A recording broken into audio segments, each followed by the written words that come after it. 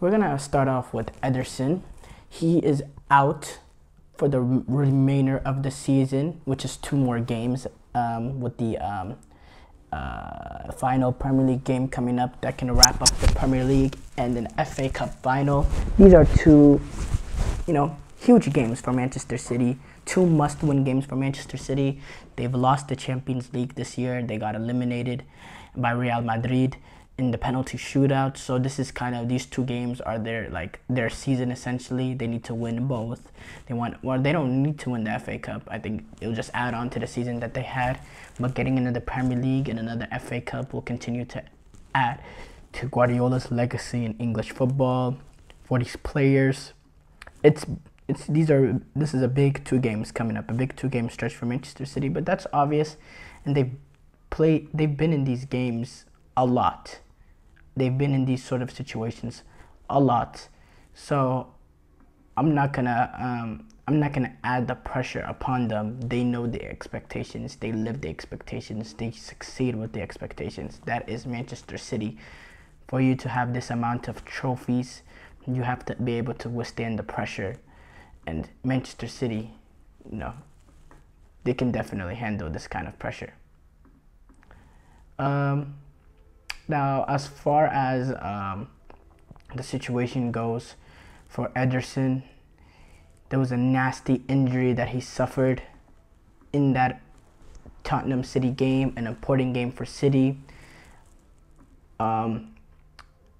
Essentially, Ederson came in. Christian Romero came in and he caught him in a nasty way, got him right on the eye socket. At first we thought, looking at it when I watched it live, I thought maybe it could have been a very dangerous, just of the way he got caught.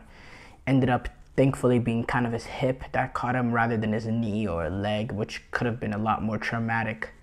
But it was his hip that got him and fractured his eye socket. It actually broke his right eye socket. We thought, he thought he was going to be able to continue. The physios noticed something a little bit off from him, so they signaled to Pep Guardiola, please take him off. Pep Guardiola immediately, no hesitation, told Ortega to warm up. Get ready, you're going to go in. And as you came out, we saw a frustrated Ederson, whether it was frustration with the manager for making that decision, wanting to play in a penultimate game, which you can understand, or it's the fact that maybe he knew this injury wasn't something like little, because if you see him on the sideline, it's pure frustration, pure devastation. Maybe in that moment he knows, this is something that may take me out longer than just the remaining of this game. Especially knowing in the back of his mind he only has 2 games left in this season.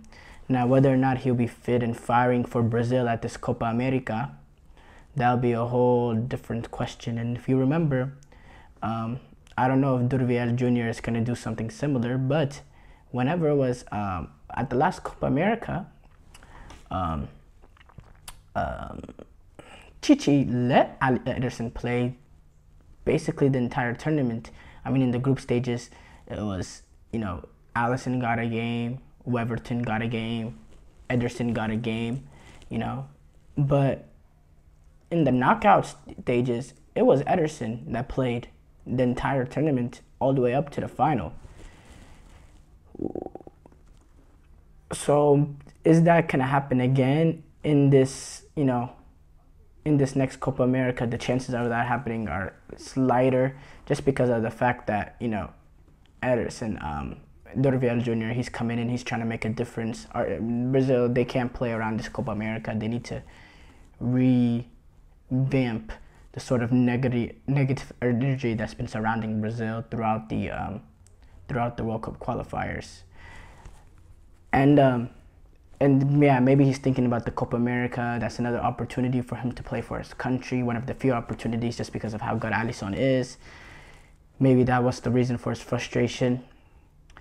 But when you look at it when you look at the injury that happened, was it a dirty play by Christian Romero? Now, Christian Romero, he's always been somebody who plays on the edge, on the edge, a very scrappy player.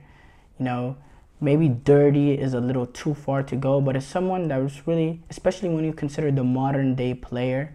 You know, the modern day players, there's not many like Christian Romero, but when you consider the modern day players, he's somebody that's not afraid to put a leg in.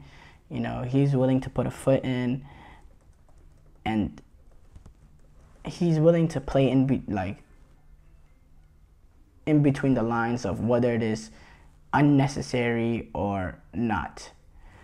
Now,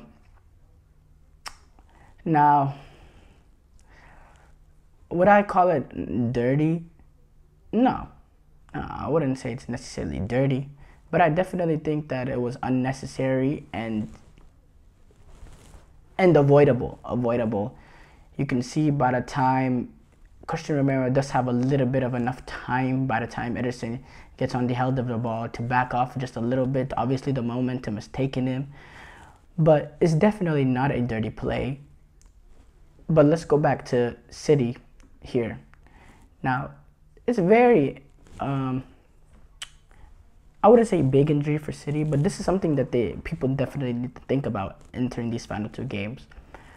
Because Ortega, he's coming number one. He's had a very, very good season. He's a brilliant stopper.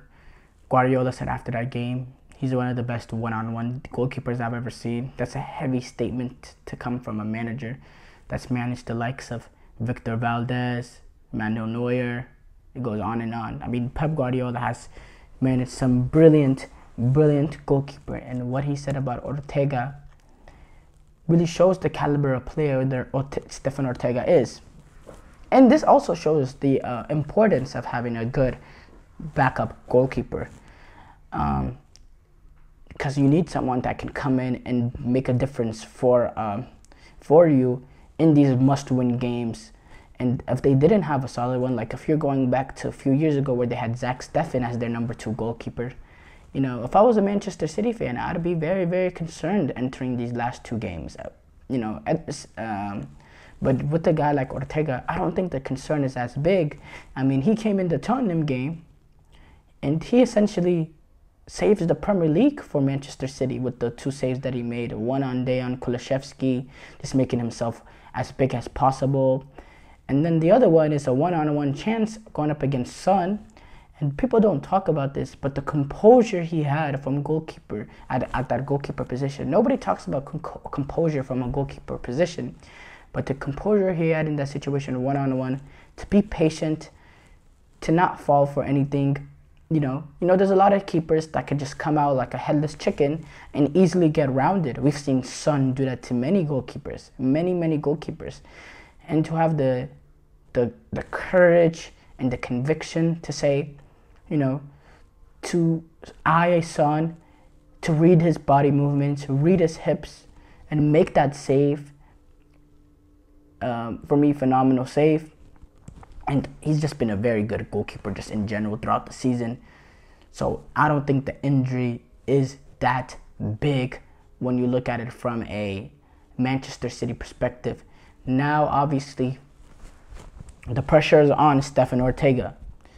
You're playing for an FA Cup title. You're playing for the Premier League.